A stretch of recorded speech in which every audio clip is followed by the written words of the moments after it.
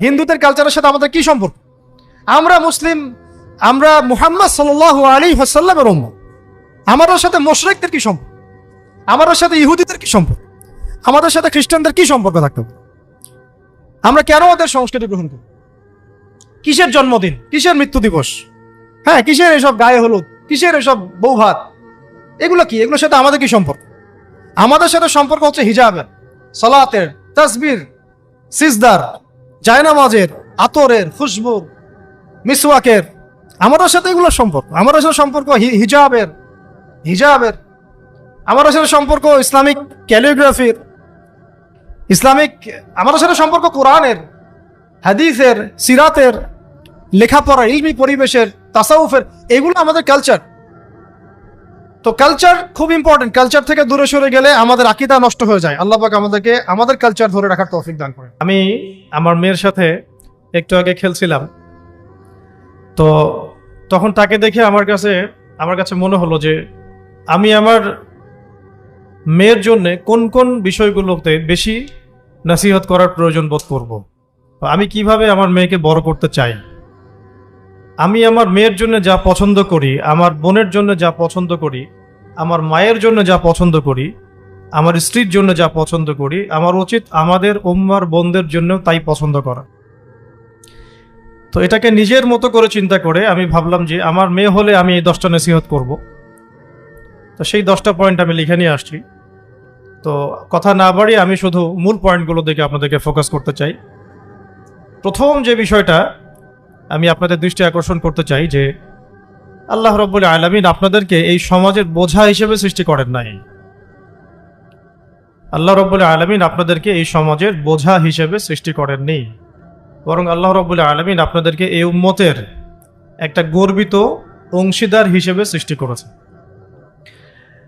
আদম আলাইহিস সালাম যখন জান্নাতে ছিলেন তখনও তার কাছে হৃদয়ের মধ্যে কিছুটা শূন্যতা অনুভব হয়েছে, যেটা আল্লাহ রাব্বুল আলামিন হাওয়া আলাইহিস সালামকে দিয়ে পূর্ণ করেছেন।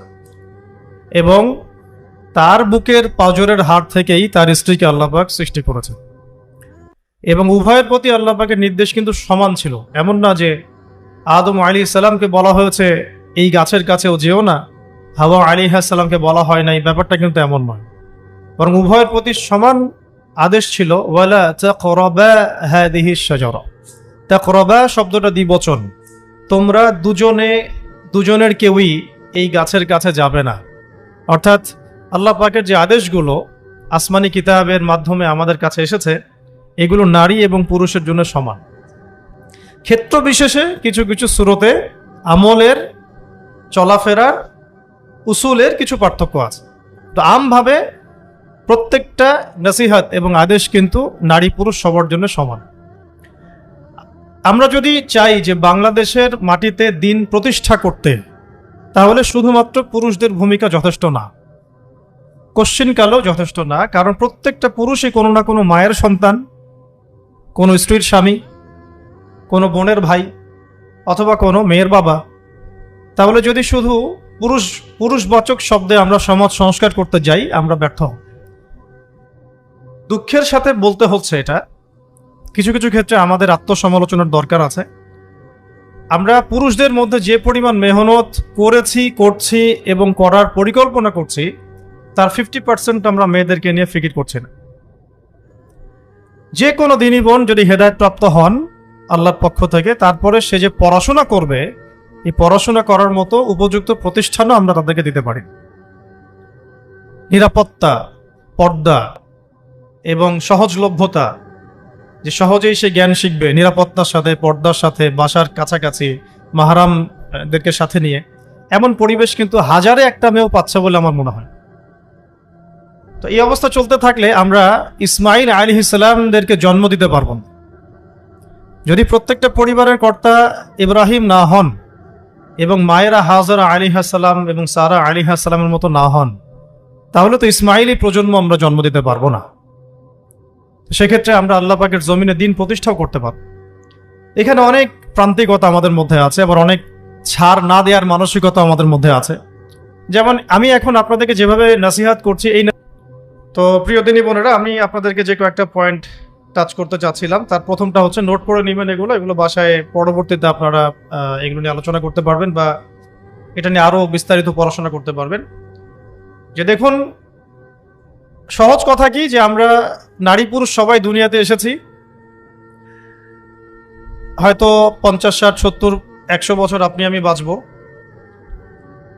এবং এরপরে কিন্তু আমাদেরকে একটা জার্নি শুরু করতেই হবে। এখন আমাদের সহজ কথা কি? সহজ কথা হচ্ছে আমাদেরকে দুনিয়াতে আল্লাহ পাকের দাসত্ব করতে হবে, পরিপূর্ণ ইসলাম পালন করতে হবে, এবং আল্লাহ পাকের জমিনে তার দিনটাকে প্রতিষ্ঠার চেষ্টা করতে হবে। এছাড়া তো আমাদের কোনো কাজ নাই পৃথিবীতে আমাদের কাজটা কি? আসলে এই পৃথিবীতে আমাদের কাজটা কি? 1 নাম্বার হচ্ছে আল্লাহ পাককে চিনতে শেখা, আল্লাহ পাকের সামনে আত্মসমর্পণ করা, তার নবীর সুন্নতগুলো মেনে চলা, হালাল খাওয়া, একটা আদর্শ পরিবার গঠন করা, সন্তানদেরকে মানুষ করা, দিনের দাওয়াতের কাজ করা, এবং দিনটাকে আল্লাহর জমিনে প্রতিষ্ঠার চেষ্টা করা। এছাড়া কি আমাদের কোনো কাজ আছে পৃথিবীতে? বাকি যে কাজগুলো সেগুলো আনুষঙ্গিক, এবং সেগুলো ইবাদত হিসেবে গণ্য হবে যদি আল্লাহর জন্য হয় এবং রাসূলের তরিকায় হয়। যেমন কেউ যদি ঘুমায়, ঘুমানোর কাজটাও তো ইবাদত, যদি সেটা রাসূলের তরিকা মোতাবেক হয়। সিম্পল। খাওয়া দাওয়া করা, আমরা আমাদের চাহিদায় খাই, কিন্তু এটাও ইবাদত হিসেবে গণ্য হবে যদি খাওয়ার সুন্নাতটা আমরা ঠিক মতো আদায় করতে। তাহলে প্রতিটা কাজই সুন্নাত এবং ইবাদত হবে যদি আমরা সেটার তরিকা ঠিক রাখি। মূল কাজগুলো কি? মূল কাজগুলো হচ্ছে যে, আবার বলতেছি, মূল কাজগুলো হচ্ছে 1, এই পৃথিবীতে আল্লাহকে চেনা, আল্লাহকে চিনতে শেখা। 2, আল্লাহ রাব্বুল আলামিনের সামনে শর্তহীন আত্মসমর্পণ, শর্ত সাপেক্ষে না, একদম নিঃশর্ত আত্মসমর্পণ। 3, আল্লাহ পাকের সমস্ত হুকুম আহকামগুলো মেনে চলা। 4, রাসূলুল্লাহ সাল্লাল্লাহু আলাইহি ওয়াসাল্লামের আদর্শ প্রত্যেকটা কাজে বাস্তবায়ন করা, সুন্নতের উপর থাকা। 5, হালাল খাওয়া। 6, আদর্শ পরিবার গড়ে তোলা। 7, সন্তান প্রতিপালন। 8, সৎ কাজে আদেশ। 9, অসৎ কাজে নিষেধ। 10, আল্লাহ পাকের এই জমিনের মধ্যে দিনটাকে প্রতিষ্ঠার চেষ্টা করা, যার যা সামর্থ্য আছে তাই দিয়ে। কেউ জান দিয়ে করবে, কেউ মাল দিয়ে করবে, কেউ কথা দিয়ে করবে, কেউ লিখনি দিয়ে করবে, কেউ প্রয়োজনে আল্লাহর পথে জিহাদ করবে, কেউ প্রয়োজনে শহীদ হবে, যার যেটা সুরত সে সেভাবে করবে। এছাড়া কি দুনিয়াতে আমাদের কোনো কাজ আছে? এই কাজগুলোর মধ্যে, এই কাজগুলোকে যদি আমরা বাস্তবায়ন করতে পারি তাহলে দুনিয়াতেও সফল হব ইনশাআল্লাহ, পরকালেও জান্নাতে যাব ইনশাআল্লাহ। এই তো, এই কাজগুলো যদি আমরা বাস্তবায়ন করতে পারি দুনিয়াতেও সফল হব ইনশাআল্লাহ এবং পরকালেও জান্নাতে যাব ইনশাআল্লাহ। এক্ষেত্রে এই গন্তব্য হাসিল করার জন্যে যে কাজটা সবার আগে দরকার, এতক্ষণ যেগুলো বললাম, এই গন্তব্যটা হাসিল করার জন্য সবার আগে যে কাজটা দরকার সেটা হচ্ছে শরিয়াতের একটা ন্যূনতম জ্ঞান অর্জন করা। শরিয়াতের ন্যূনতম একটা জ্ঞান অর্জন করা। শরিয়াতের ন্যূনতম জ্ঞান বলতে আমি কি মিন করছি, কি বোঝাচ্ছি? আমি বোঝাচ্ছি কমপক্ষে আপনাকে বিশুদ্ধ করে কোরআন তেলাওয়াত করা শিখতে হবে, 1 নাম্বার। এর সাথে আপনাকে আরবি ভাষা কিছুটা হলেও শিখতে হবে যাতে আপনি কোরআনটা বুঝতে পারেন। 3 নাম্বার হচ্ছে হাদিস শাস্ত্র পড়ার যোগ্যতা আপনাকে অর্জন করতে হবে, মানে হাদিস পড়াশোনা করতে হবে। 4 নাম্বার, নবী সাল্লাল্লাহু আলাইহি ওয়াসাল্লামের পবিত্র সিরাত অর্থাৎ জীবনী, এটা আপনাকে পড়তে হবে। মনে থাকবে তো? লিখে নেন। 5 নাম্বার হচ্ছে, 1 নাম্বার কি বলেছিলাম? বিশুদ্ধ কোরআন তিলাওয়াত। তারপরে বলেছি আরবি ভাষা শিক্ষা করা। তারপরে বলেছি হাদিস পাঠ। তারপরে বলেছি সিরাত পাঠ। 5 নাম্বার হচ্ছে আকীদা বিশুদ্ধ করা। আকীদার অনেক কিতাব আছে এবং আকীদার আর অনেক দার্সও আছে, এটা নিয়ে আমরা পরে আলোচনা করব ইনশাআল্লাহ। 6 নাম্বার হচ্ছে আপনার ইসলামের ইতিহাস পড়াশোনা করতে হবে, ইসলামের ইতিহাসটা পড়াশোনা করতে হবে। 7 নাম্বার হচ্ছে ইসলামিক অর্থনীতি পড়াশোনা করতে হবে, ইসলামী অর্থনীতির জ্ঞান রাখতে হবে। 8 নাম্বার, ইসলামিক পারিবারিক জীবন ব্যবস্থার জ্ঞান অর্জন করতে হবে, ইসলামিক পারিবারিক জীবন ব্যবস্থার জ্ঞান অর্জন করতে হবে। 9 নাম্বার, সন্তান প্রতিপালন কিভাবে করতে হয়, ইসলামিক প্যারেন্টিং এর জ্ঞান অর্জন করতে হবে। 10 নাম্বার হচ্ছে যে ফিকহ এর জ্ঞান অর্জন করা। ফিকহ মানে হচ্ছে তুলনামূলক যে মাসলা মাসাইলগুলো না জানলে আমরা আমল করতে পারবো না, এই মাসলা মাসাইলগুলো জেনে নেওয়া, যেটাকে আমরা বলি যে ফরজে আইনের জ্ঞান। তাহলে এখানেও 10টা পয়েন্ট বের হয়ে আসলো, তাই না? তাহলে আমার সাথে একটু রিপিট করেন। প্রথমে বলেছি ইলম অর্জনের ক্ষেত্রে আপনাকে কোরআনের আগে কোরআন দিয়ে শুরু করতে হবে। মানে কোরআন যিনি তেলাওয়াত করতে পারেন না তিনি হতভাগা। মুসলিম পরিবারে জন্মগ্রহণ করেও যিনি কোরআন তেলাওয়াত করতে পারেন না, আমি মনে করি না এই পৃথিবীতে তার চেয়ে হতভাগা কেউ আছে, আমি মনে করি না। মানে কোরআনের সাথেই সম্পর্ক নাই, আল্লাহর কিতাবই সে তেলাওয়াত করতে পারে না, তো সে এই পৃথিবীর সম্পদ নয় বরং বোঝা। আল্লাহ পাক আমাদের সবাইকে আল্লাহর কিতাব শেখার তৌফিক দান। এক নাম্বার, এখান থেকে শুরু হবে পড়াশোনা। আগেই একটা আদনান ভাইয়ের বই নিয়ে নিলাম, আগে একটা অমুক স্কলারের বই নিয়ে নিলাম, আগে একটা তমুক স্কলারের বই নিয়ে নিলাম, এভাবে পড়াশোনা শুরু করতে হয় না। পড়াশোনা শুরুটাই হবে আপনার কোরআন থেকে। সব বন্ধ, আগে কোরআন তেলাওয়াত থেকে শুরু করতে, তারপরে আপনি আরবি ভাষায় আসবেন, হাদিস পড়বেন, সিরাত পড়বেন, ইতিহাস পড়বেন, অর্থনীতি পড়বেন, আস্তে আস্তে পড়বেন। এভাবে ফিকহের জ্ঞান, আকীদার জ্ঞান, সন্তান প্রতিপালন, ইসলামিক এই জীবন ব্যবস্থা বা পারিবারিক জীবন ব্যবস্থার জ্ঞানগুলো অর্জন করা। তো ইনশাআল্লাহ আমরা এই জ্ঞানগুলো অর্জনের চেষ্টা করবো তো ইনশাআল্লাহ। এখন কঠিন প্রশ্ন হচ্ছে, এখন আমি তো বললাম একটা তাত্ত্বিক কথা বললাম, এখন আপনিও জানেন আমিও জানি, এইটা আপনি এখন কিভাবে করবেন, কিভাবে করবেন, সম্ভব কিনা আপনার পক্ষে? কারণ এখানে অনেকেই, বেশিরভাগই হয়তো বা জেনারেল ব্যাকগ্রাউন্ডের মানুষ, যারা অনার্সে পড়েছেন, মাস্টার্স পড়েছেন বা এখন ফ্যামিলি লাইফে আছেন, কেউ কখনোই মাদ্রাসার দুয়ারেও যেতে পারেন না। এখন যদি আপনি এগুলো শুরু করতে চান তাহলে আপনার সামনে অপশন কি আসুন? আপনি কি আবার শুরু থেকে মাদ্রাসায় ভর্তি হতে পারবেন? উত্তর হচ্ছে না। তাহলে সেকেন্ড অপশন হচ্ছে মাদ্রাসা ভিত্তিক যদি শর্ট কোর্স চালু করা হয়, সেই শর্ট কোর্সগুলো আপনাকে করতে, এছাড়া তো কোনো অপশন নাই। 3 নম্বর আরো প্রশ্ন আসবে, এটা কি আপনি অফলাইনে সব জায়গায় মুভ করে করে করতে পারবেন? উত্তর হচ্ছে না।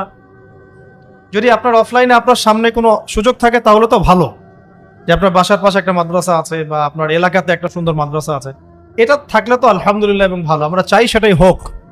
কিন্তু সবার ক্ষেত্রে এটা পসিবল হয়ে ওঠে না, এই কারণে অনলাইনের কোর্সগুলোর দিকেও একটু ফোকাস করতে পারেন, যাতে ঘরে বসে পর্দার সাথে আপনি কোর্সগুলো করতে পারেন। 4 নম্বর পয়েন্ট হচ্ছে, এই কোর্সগুলো করলেই আবার সব শেখা যায় না, কারণ অনলাইনের কোর্সগুলো তো আপেক্ষিক, এগুলো সব সামনাসামনি বসে তো পড়ানো হয় না, এই কারণে ইফেক্টটা আসে না। এই যে সামনে বসে লেকচার দিচ্ছে, এটার যে ইম্প্যাক্ট, এটা অনলাইন লেকচার শোনার ইম্প্যাক্টটা সেম না কখন। এই জন্য আমরা সবসময় বলি যে ওস্তাদদের সামনে গিয়ে দার্স নেওয়া, আর এই সুযোগটা তো সবাই সব মেয়ে পাচ্ছেন না। এই জন্য আমরা আপনাদের প্রতি আহ্বান করব এবং আমরাও উদ্যোগ নেওয়ার চেষ্টা করব, যাতে প্রত্যেকটা বিভাগীয় শহরে, অ্যাটলিস্ট প্রত্যেকটা বিভাগীয় শহরে মেয়েদের জন্য একটা স্বনামধন্য, একটা আদর্শ দিনী মার্কাজ প্রতিষ্ঠা করা যায়, যেখানে অফলাইনে আমাদের দিনী বোনরা এসে সপ্তাহে 2 দিন 3 দিন শিখবেন। এতে ইনশাল্লাহ 1 বছর অনলাইনে পড়ার চাইতে বেশি ফায়দা হবে। কিন্তু এই কাজটা আমার একার পক্ষে করা সম্ভব না, উনার একার পক্ষে করা সম্ভব না। উনি বললাম এটা নিয়ে আবার ঝগড়া করতে পারে, আমাদের উস্তাজার একার পক্ষে করা সম্ভব না, আমাদের প্রিয় উস্তাজার একার পক্ষে করা সম্ভব না, ঠিক আছে? তো এটা আবার আমাদের সবাইকেই হাত লাগাতে হবে। আমার কাছে এত অর্থ সম্পদ নাই, আমার কাছে কোনো জায়গা জমিও নেই, থাকলে আমরা আল্লাহর রাস্তা ফি সাবিলিল্লাহ দিয়ে দিতাম। যাদের কাছে আছে তারা এগিয়ে আসেন, প্রতিষ্ঠান গড়ে তোলেন, প্রত্যেকটা এলাকায় একটা করে মেয়েদের মার্কাজ গড়ে তোলেন, টিচারদেরকে আমরা ট্রেন করে দিব ইনশাআল্লাহ, সিলেবাস আমরা দিয়ে দিব ইনশাআল্লাহ, মুআল্লিমা আমরা পাঠাবো ইনশাআল্লাহ। একটা এলাকার বোনদেরকে যেন বাইরে যেতে না হয়, সে এলাকার মধ্যেই তারা 100 জন 50 জন বসে বসে দিন শিখবে। সম্ভব না এটা করা? অনেক আগেই সম্ভব ছিল এবং জরুরিও ছিল, কিন্তু আমরা অন্যদিকে বেশি ফোকাস করছি। মেয়েদেরকে সত্যি এখানে আমরা অবহেলার মধ্যেই রেখেছি। এখন আমার মেয়ে হয়েছে বলে আমি খুব কনসিয়াস যে আমি এখন মেয়ে নিয়ে কি করবো, আমার মেয়েকে আমি কিভাবে বড় করবো। এখন তো আমি মেয়েকে পড়তে অন্য কোথাও পাঠাবো না, কারণ সিকিউরিটি কনসার্ন। আমি আমার মেয়েকে কোথাও মেসে থাকতে দিব না, সিকিউরিটি কনসার্ন, এবং আমাদের গায়রতের খেলাফ, ব্যক্তিত্বের খেলাফ। তাহলে আমার মেয়েকে পড়াশোনা করানোর জন্য আমাকেই প্রতিষ্ঠান গড়ে তুলতে হবে, এবং এমন প্রতিষ্ঠান যেখানে আমার মেয়ে দুনিয়াবি জ্ঞানও পাবে, পরকালের জ্ঞানও পাবে। এটা তো অ্যাভেলেবল না। তো অ্যাভেলেবল হবে কখন? যখন সবাই হাত লাগাবো। দেখেন, আমি একটা হাদিস মনে করে দিই আপনাদেরকে, এটা বলতে চাচ্ছিলাম না কিন্তু বলছি। নবী সাল্লাল্লাহু আলাইহি ওয়াসাল্লাম একদিন ঈদের খুতবা দিচ্ছিলেন, এবং ওই খুতবাতে তিনি বলেছিলেন যে, হে মুসলিম নারীগণ, আমি জাহান্নামে দেখে এসেছি যে তোমাদের সংখ্যা বেশি। মুসলিম নারীগণের সংখ্যা বেশি, এটাও হাদিসের সঠিক ফাহাম না। মানে পুরো এই উম্মতের মধ্যে নারীদের একটা বড় অংশ জাহান্নামে যাবে, এই উম্মতের মধ্যে। তো তোমরা বেশি বেশি সাদাকা করো, তোমরা বেশি বেশি সদকা করো, একটা খেজুরের টুকরা দান করে হলেও জাহান্নাম থেকে বাঁচো। তো এটা বলার পরে বেলাল রাদিয়াল্লাহু আনহু একদিক থেকে আরেক দিক হাঁটছিলেন, সাথে একটা কাপড় ছিল। নারীরা তাদের কেউ গলার হার, কানের দুল, হাতের মানে চুড়ি, এগুলো সোনার সব খুলে খুলে দান করছিলেন। মেয়েদেরকে সাদাকার মধ্য দিয়ে জাহান্নাম থেকে বাঁচতে হবে। সদকা করার মধ্য দিয়ে মেয়েদেরকে জাহান্নাম থেকে বাঁচতে হবে। আজকে যদি আপনি একটা প্রতিষ্ঠান গড়ে দিয়ে যেতে পারেন, এটা যদি আরো 50 বছর সাস্টেইন করে, এই 50 বছর এখানে যত মানুষ দিন শিখবে সমস্ত মানুষের ইলমের নেকি আপনি পাবেন। কিন্তু আমরা কিন্তু সবাই ব্যক্তি স্বার্থ নিয়ে চিন্তা করি আর দুনিয়ার স্বার্থটাকে বেশি প্রাধান্য দিই। আমার 500 জায়গা আমি দিয়ে দিব, আপনি দিচ্ছেন না, বরং আপনি পরকালের জান্নাতের একটা জায়গা আপনি সার্টিফাইড করছেন। কে জানে, হয়তো এই ওসিলায় আপনার জান্নাতের ফয়সালা হয়ে যেতে পারে। কেউ 10% জমির মধ্যে একটা মসজিদ করেছে, হতে পারে এই মসজিদের ওসিলায় আল্লাহ পাক তাকে জান্নাত দিতেও পারেন। কেউ একটা মাদ্রাসা প্রতিষ্ঠা করেছে, এখানে হাজার হাজার স্টুডেন্ট পড়াশোনা করছে, কে জানে হয়তো এই ওসিলায় আল্লাহ পাক তাকে পরকালে জান্নাত দিতে পারে। তো সাদাকা, এগিয়ে আসা এবং শিক্ষা খাতে নিজেদের জানমাল অর্থ সম্পদকে ব্যয় করা আমাদের একার পক্ষে এখন আর এগুলো সম্ভব। হ্যাঁ, যদি আমার কাছে রাষ্ট্রীয় কোনো ক্ষমতা থাকতো বা শিক্ষা বিভাগের কোনো ক্ষমতা থাকতো, তাহলে প্রত্যেকটা মসজিদ ভিত্তিক আমরা মেয়েদের আলাদা শিক্ষার ব্যবস্থা করতাম। মসজিদ ভিত্তিক, প্রতিষ্ঠানের প্রয়োজনই নাই, মসজিদের মধ্যে একটা আলাদা কর্নার করে ফেলা যায় মেয়েদের জন্য স্বতন্ত্র, এখানে কোনো পুরুষের এন্ট্রেন্সই থাকবে না। মেয়ে শিক্ষিকা, মেয়ে ভলান্টিয়ার সবই মেয়ে, এবং ওস্তাদদেরকে দিয়ে এখানে ফরজে আইন থেকে শুরু করে তাদেরকে একদম মৌলানা পর্যন্ত পড়ানো সম্ভব। উদ্যোগ নেওয়া হয় নাই বিগত 30 বছর 40 বছর। তো ইলম অর্জনের পথে আবার এরকম প্রতিবন্ধকতা আসবে, সেগুলোকে ফেস করার বা সেগুলো সলভ করার জন্য আমাদেরকে কিন্তু ফিকির করতে হবে। আর এই ফিকিরটা একজন দুজন মানুষের কাঁধে চাপিয়ে দিয়ে আপনি কিন্তু দায়মুক্ত হতে পারবেন। যেমন আজকে সেমিনার এখানে করেছি, আপনারা চাইলে কিন্তু এই ধরনের সেমিনার আপনাদের এলাকাতেও করতে পারেন, সেখানে গেস্ট হিসেবে তাদেরকে ডাকতে পারেন। দাওয়াতের মেহনত শুরু হয়ে গেল। যদি বসে থাকেন যে প্রত্যেক 2 মাস পর পর ওস্তাদারা আয়োজন করবেন এবং আমরা যাব, তো এটা তো তখন এককেন্দ্রিক কাজ হয়ে গেল। তার রেজাল্টটা কিন্তু মানে সামান্য রেজাল্ট পাবেন আপনি, আর যদি সবাই হাত লাগান রেজাল্টটা বেশি হবে। তা আমি আপনাদেরকে উদ্বুদ্ধ করতে চাই যে দিনের পথে আপনারা দাওয়াতের মেহনতে নেমে আসেন, এমনকি দিন প্রতিষ্ঠার সংগ্রামে আমাদের পাশে দাঁড়ান। এর আগে যোগ্যতা অর্জন করেন, যোগ্যতাটা ইলমি যোগ্যতা। আল্লাহ পাক আপনাদেরকে বোঝার তৌফিক দান করুন। এটা 1 নাম্বার। এবং ইলমের পথে প্রতিবন্ধকতা কথাগুলো বললাম, এগুলোকে ফেস করার এবং এগুলোকে যেন রিকভার করতে পারি আমরা, সেই তৌফিক আল্লাহ আমাদের জন্য সবাইকে দান করেন। তো একটা মানে খুশির সংবাদই বলবো আপনাদেরকে দিতে চাচ্ছি, যে আমরা এই মিরপুর উত্তরার এই এলাকাটার মধ্যে আমরা চেষ্টা করছি যে অফলাইনে এরকম 2-1টা দিনই মার্কাজ প্রতিষ্ঠা করার, আপাতত ভাড়াতেই। এবং ইনশাআল্লাহ অল্প সময়ের মধ্যে আমরা ঢাকা শহরে, ইনশাআল্লাহ ঢাকা শহরে হোক অথবা ঢাকা শহরের একটু সাইডেই হোক, আমরা নিজস্ব জায়গা কিনে প্রতিষ্ঠান করে দেখাবো ইনশাআল্লাহ। এবং আমাদের পরিকল্পনা হচ্ছে একদম ফ্রম দ্য ভেরি বিগিনিং, এই নুরানি থেকে শুরু করে, প্লে গ্রুপ থেকে শুরু করে আস্তে আস্তে গ্র্যাজুয়ালি দাওরা হাদিস এবং মাস্টার্স পর্যন্ত নিয়ে যাওয়া, দুইটাই যেন থাকে। এবং আমার পরিকল্পনা হচ্ছে মাস্টার্সের পরে আমাদের ছেলেমেয়েরা যেন বড় বড় ফ্যাকাল্টিগুলোতে পড়াশোনা করতে পারে, ওই রাস্তাগুলো খুলে দেয়। তো এই কাজগুলো আমার একার পক্ষে আসলে সম্ভব না। আপনারা যদি এগিয়ে আসেন সবাই, দিনী ভাইরা, দিনী বোনরা, এবং আমাদের বিত্তশালী যারা আছেন, যাদেরকে আল্লাহ পাক সৎ হৃদয় দিয়েছেন এবং দান সদকা করার মতো মানসিকতা দিয়েছেন, ইনশাআল্লাহ আসেন একসাথে হাত লাগে কিছু করি, আল্লাহ পাক করার তৌফিক দান করে।